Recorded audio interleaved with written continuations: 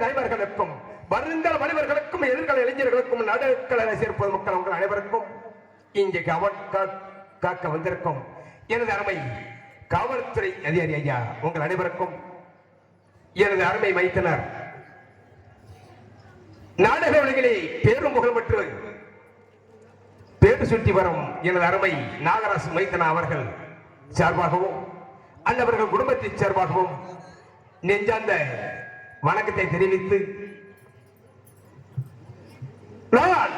அந்த 33 தேவர்களுக்கும் மூத்த தலைவனாக பிறந்தி மண்ணுலகை அகத்திய மகாமொழிவாதி என்று சொல்லி நாட்டில் வாழ்ந்து வருகின்ற போது காலையிலும் மாலையிலும் மண்ணுலகை நான் கால்படாத இடமல்லே, சுத்தி வந்து கொண்டே இருப்பேன். ஏனென்றால் மகனே, தலைக்கு தலைமாக பிறக்க வேண்டும், மண்ணுலகளை குறுமுனிவர் என்று வேறு சுட்டி வாழ்ந்து வர வேண்டும் நீ என்று என்னை தந்தை மண்ணுலகினை படைத்தார். தந்தை சிவபெருமனுக்கும் அன்னை பார்வதிக்கும் திருமணம் நடந்து கொண்டிருந்தது. எங்கே என்றால் வடகையிலயத்தில் நடந்து கொண்டிருந்தது.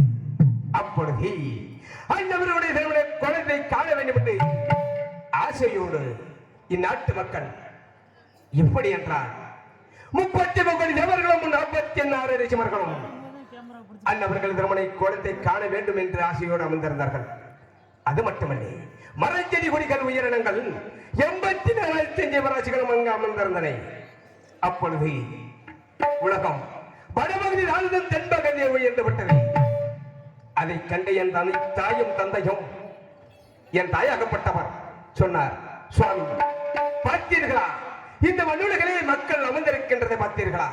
வடபகுதி தாழ்ந்தும் தென்பகுதி உயர்ந்து விட்டதே, இதை என்ன செய்ய வேண்டும், என்ன செய்வது எப்பொழுது என்று சொல்லி அண்ணவர்கள் பேசிக் கொண்டிருந்த பொழுது என் தந்தை, சக்தி உண்மைதான், இதற்கு நான் என்ன செய்வது என்று அறியவில்லையே என்று என் தந்தை சிந்தனையோடு இருந்த பொழுது இந்த மண்ணை படைத்து என் தாயாகப்பட்டவன் என்ன செய்தான்?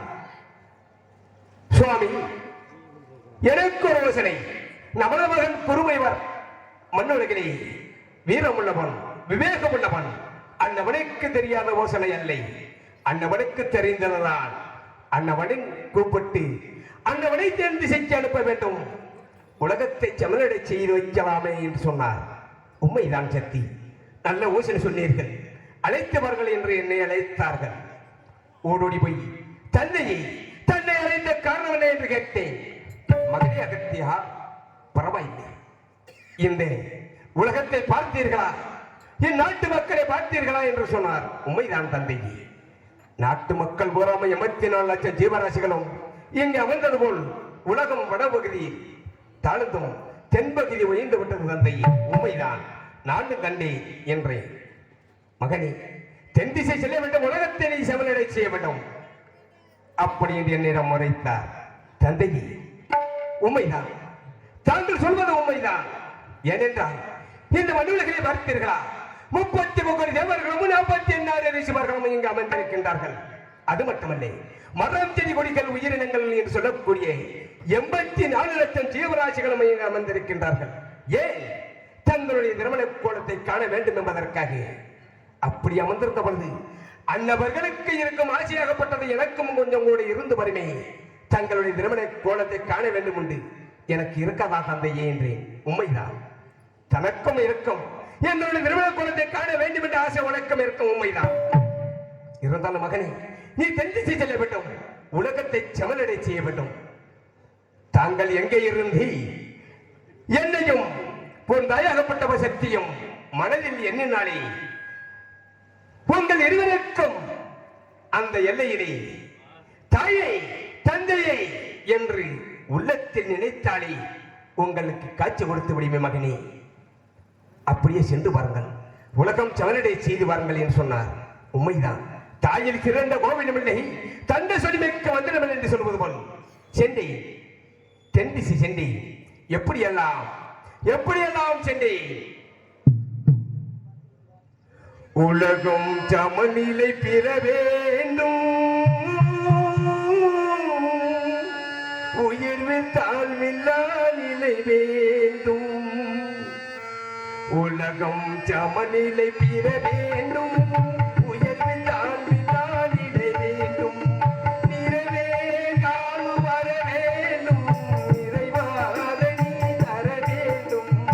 உலகம் சமநிலை பெற வேண்டும், உயர்வு தாழ்வில்லா நிலை வேண்டும்.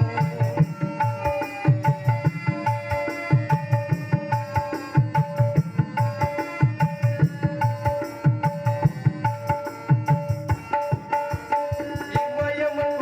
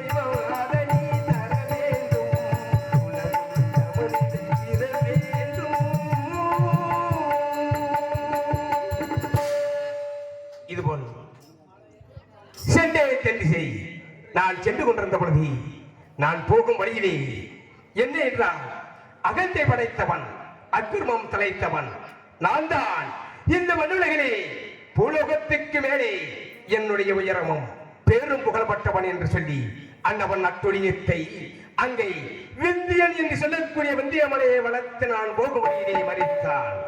அன்னவனுக்கு என்னுடைய வரலாறை எடுத்து கூறினேன். அன்னவன் எனக்கு அடங்கவில்லை. இருந்தாலும் போகும் வழியிலே இன்னவனுக்கு நல்லவரை புத்திமதியை சொல்லிவிட வேண்டும். இந்த மண்ணுலகில் இருக்கும் மக்களுக்கு அன்னவன் அடங்கி வாழ வேண்டும். இந்த மண்ணுலகிலே யார் நான் என்று அகந்தை படைத்து வாழக்கூடாது என்று அன்னவனுக்கு தகுந்த பாடத்தை கொடுத்தேன். என் சுவாமி பரவாயில்லை, தாங்கள் வந்து என்னை இந்த மண்ணுலகிலே என்னுடைய அகந்தை என்ற சொல்லை தங்களிடம் கற்றுக்கொண்டு சென்று வெற்றியோடு திரும்பி வாருங்கள் என்று எனக்கு வழங்கிவிட்டார். சென்றே தென் திசை சென்றே தென் திசையில் சுத்த தமிழாக மாற்றி தென் திசையிலே சுத்த தமிழ் பேச்சை கற்றுக் கொடுத்து உலகத்தையும் சமநடை செய்து அந்நாட்டில் அமர்ந்திருக்கும் ஆண்களும் பெண்களும் மறைஞ்சலி குடிகளும் உயிரினங்களும் என்று சொல்லக்கூடிய அத்தனை உயிரினங்களும் சந்தோஷமாக அமைதியாக இருந்தார்கள். அன்னவர்கள் அமைதியை பார்த்து பெருமையாக சந்தோஷப்பட்டேன். எப்படியெல்லாம் அமைதியாக இருந்தார்கள். மண்ணுலகில் மக்கள் நலமாக இருந்தால் அன்னவர்கள் சந்தோஷம்தான் நம்மளுடைய சந்தோஷம். அன்னவர்கள் அமைதியே இருந்தது என் மனசிலே ஒரு அமைதியர்கள் காத்தது. எப்படி என்றால் அமைதியான நதியினிலே ஓடும் ஓடும் அளவில்லாத வெள்ளம் வந்தாலும் அமைதியான நதியினிலே ஓடும் ஓடும் அளவில்லாத வெள்ளம் வந்தாலும் காற்றிலும் மலையிலும் கலங்க வைக்கும் இடையிலும் காற்றிலும் மலையிலும் கலங்க வைக்கும் இடையிலும் கரையிலே ஒருங்கின்றால் ஓடும் அமைதியான நதியிலே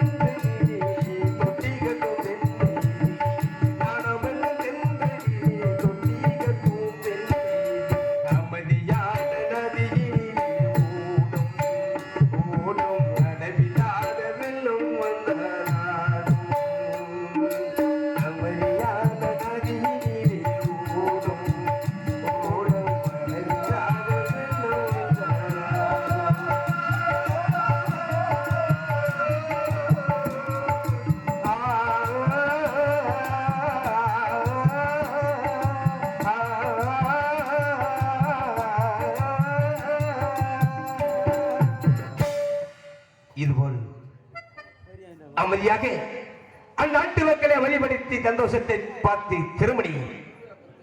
திரும்பி வந்து கொண்டிருந்த பொழுது எப்படியெல்லாம் நான் வருகின்ற வளத்தை கூத்தாச்சி பள்ளம் கோவிலக்கத்தாவனம் என்று சொல்லக்கூடிய வனத்தை நோக்கி வந்து கொண்டிருந்தேன்.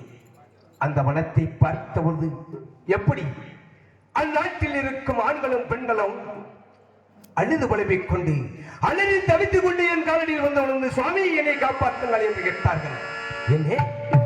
என்ன மண்ணுலகில் மக்கள் எல்லாம் நலமாக வந்தார்களே, தாங்கள் மட்டும் எதற்காக ஓடோடி வருகிறது, என்ன நடந்தது என்று கேட்டேன்.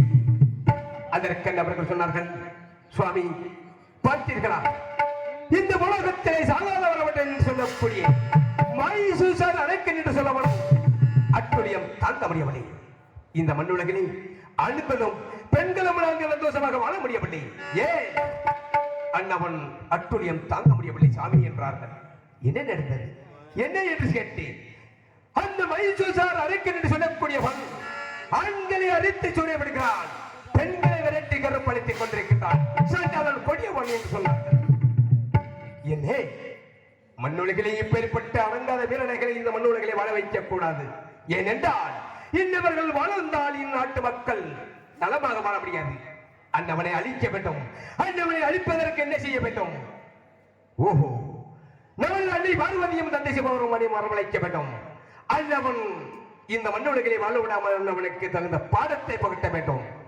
அப்பொழுதுதான் இந்நாட்டில் அமைந்திருக்கும் ஆண்களும் பெண்களும் சந்தோஷமாக இந்த மரச்செடி கொடிகள் உயிரினங்கள் அத்தனையும் நலமாக வாழ முடியும். ஓம் நமச்சிவாய நமகே, ஓம் நமச்சிவாய நமகே, ஓம் நமச்சிவாய நமகே. சத்தி தந்தை அன்னை பார்வதி, தாங்கள் எங்க இருக்கின்றீர்கள்? உன்னுடைய குருமுனிவர் நான் வருந்தி அழைத்த பொழுது எனக்கு ஓடி வந்து நீ காட்சி ஒழிக்க வேண்டும். எங்கே இருந்தாலும் எந்த திசையில் இருந்தாலும் ஓடிவிடம். ஓம் நமச்சிவாய நமகே, ஓம் நமச்சிவாய நமகே, ஓம் நமச்சிவாய நமகே.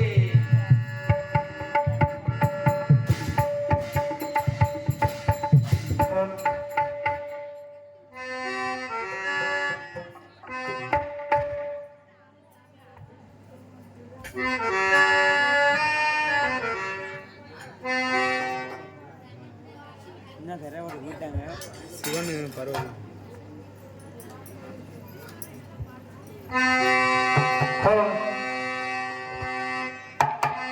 சித்தமெல்லாம் எனக்கு சிவமயமே இறைவா.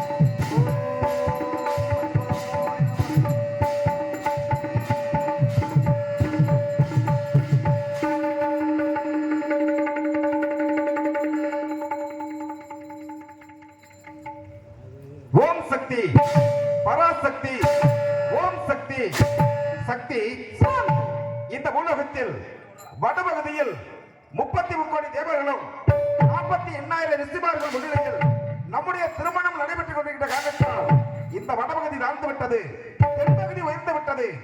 இந்த பூலோகத்தை சமநிலைப்படுத்தவில்லை என்றால் நமது மகன் அகத்தியன் ஒரு நாள் முடியும் என்று எண்ணி நமது மகன் அகத்தியன் ஆகப்பட்டவனை இந்த பூலோகத்தை சமநிலை படித்து விட்டு வர வேண்டும் என்று தெரிவித்தேன்.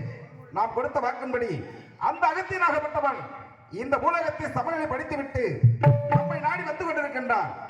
நாம் கொடுத்த வாக்கின்படி அண்ணவனுக்கு இப்போது திருமண குலத்தில் காட்சி கொடுத்தபடி தங்களை உத்தரவுடியாகட்டும் சுவாமி.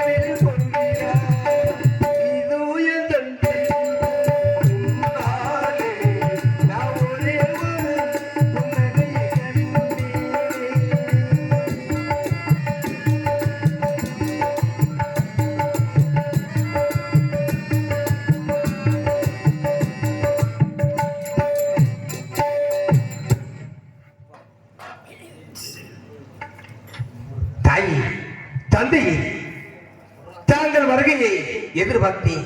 வருக வருக, உங்கள் இரு பாலத்தையும் தொட்டுதான் உன் மகன் அகத்திய மகாமுனிவன் குறுமுனிவனாகப்பட்டவன் வருக வருக என்று வரவேற்று உங்கள் பாலத்தை தொட்டு வழங்கியதே. வாருங்கள் தந்தையே, வாருங்கள் தாயே.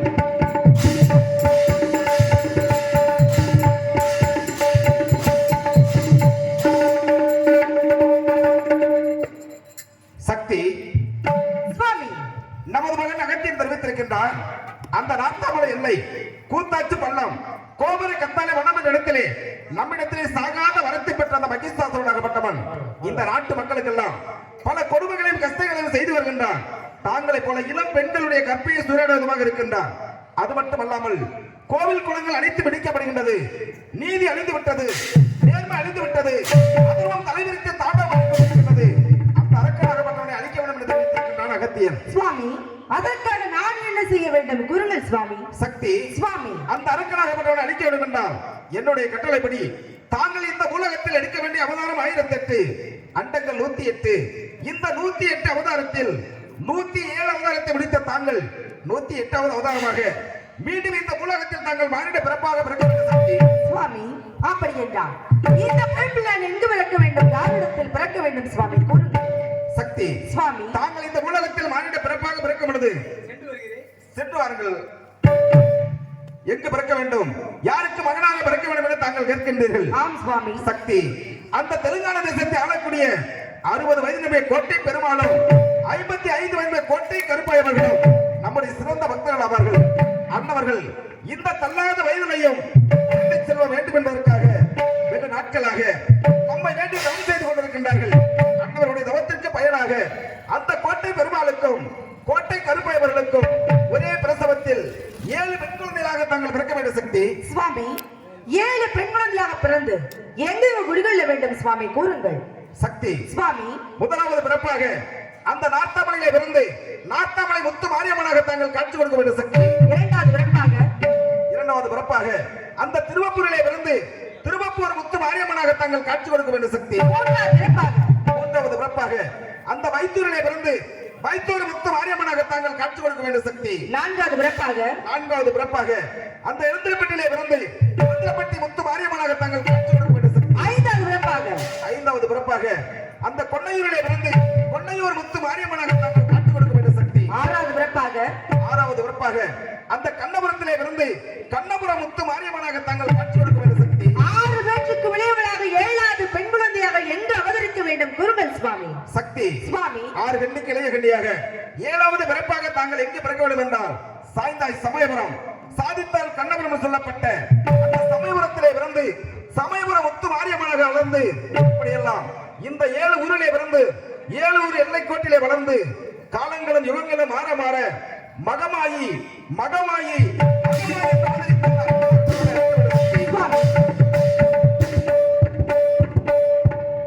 அப்படி என்றால் எனக்கு பக்கத்துணையாக யாரை அனுப்பி வைக்கிறீர்கள் சுவாமி கூறுங்கள். சக்தி சுவாமி தாங்கள் இந்த உலகத்தில் மனித பிறப்பாக பிறக்கும் பொழுது தாங்களுக்கு பக்கத்துணையாகவும் தாங்களுக்கு பாதுகாப்பாகவும் நமது மகன் பெரிய கருப்பு நமது மகன் சின்ன கருப்பு இருவரையும் அழைத்து வைக்கின்றேன். அன்னவர்களுக்கு துணையோடு அந்த அரக்கனாகப்பட்டவனை அழைத்துவிட்டு அனைவரும் திரு கையிலிருந்து வந்து அடைய வேண்டும் சக்தி. சுவாமி இருந்தாலும் இந்த பூலோகத்தில் நீதிகளிலே நேர்மைகளிலே தெய்வ சக்திகளை என்கிறார்களே இப்படிப்பட்ட இந்த பூலோகத்தில் நான் எப்படி அந்த மகிஷாசுர அரக்கனை வதம் செய்து விட்டு வர முடியும்? ஆகையால் இங்கு கூடியிருக்கக்கூடிய பெண்கள் மீது அருளழைத்து இங்கு வைக்கப்பட்டுள்ள 7 கரங்களை எடுத்து ஆடி அரசுக்கு உண்டாக்கி தந்தார். நான் சொன்ன மகிஷாசுர அரக்கனை வதம் செய்து அழித்துவிட்டு அடுத்த உங்கள் பாதார விந்தம் அருகேன் சுவாமி. சக்தி சுவாமி தாங்கள் தெரிவித்தபடியாக இந்த 7 சக்தி கரகத்திற்கும் சத்திய நிலைநாட்டி தர வேண்டும் என்று தாங்கள் கேட்கின்றீர்கள். தாங்கள் தெரிவித்தபடியாக நமது மகன் பெரிய கருப்பு சின்ன கருப்பு துணை கொண்டு இந்த 7 சக்தி கரகத்திற்கும் சத்திய நிலைநாட்டி தருகிற சக்தி தங்களை உத்தரவுபடியாகட்டும் சுவாமி. நமது மகன் பெரிய கருப்பு சின்ன கருப்பு வருகை எதிர்பார்ப்போம்.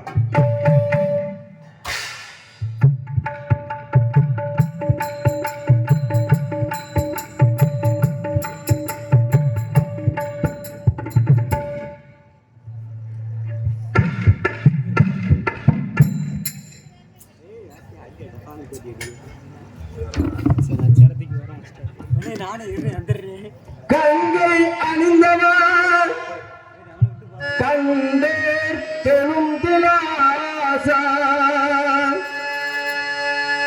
சதங்கையாடும் பாதவினோத லிங்கேஸ்வரா நின்றால் துணை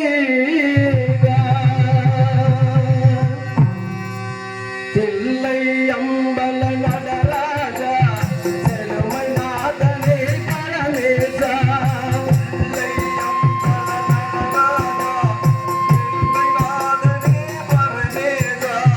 தில்லை அம்பல நடராஜா செலுமை நாதனே பரமேசா அல்லை தீர்த்தாண்டவா நாவா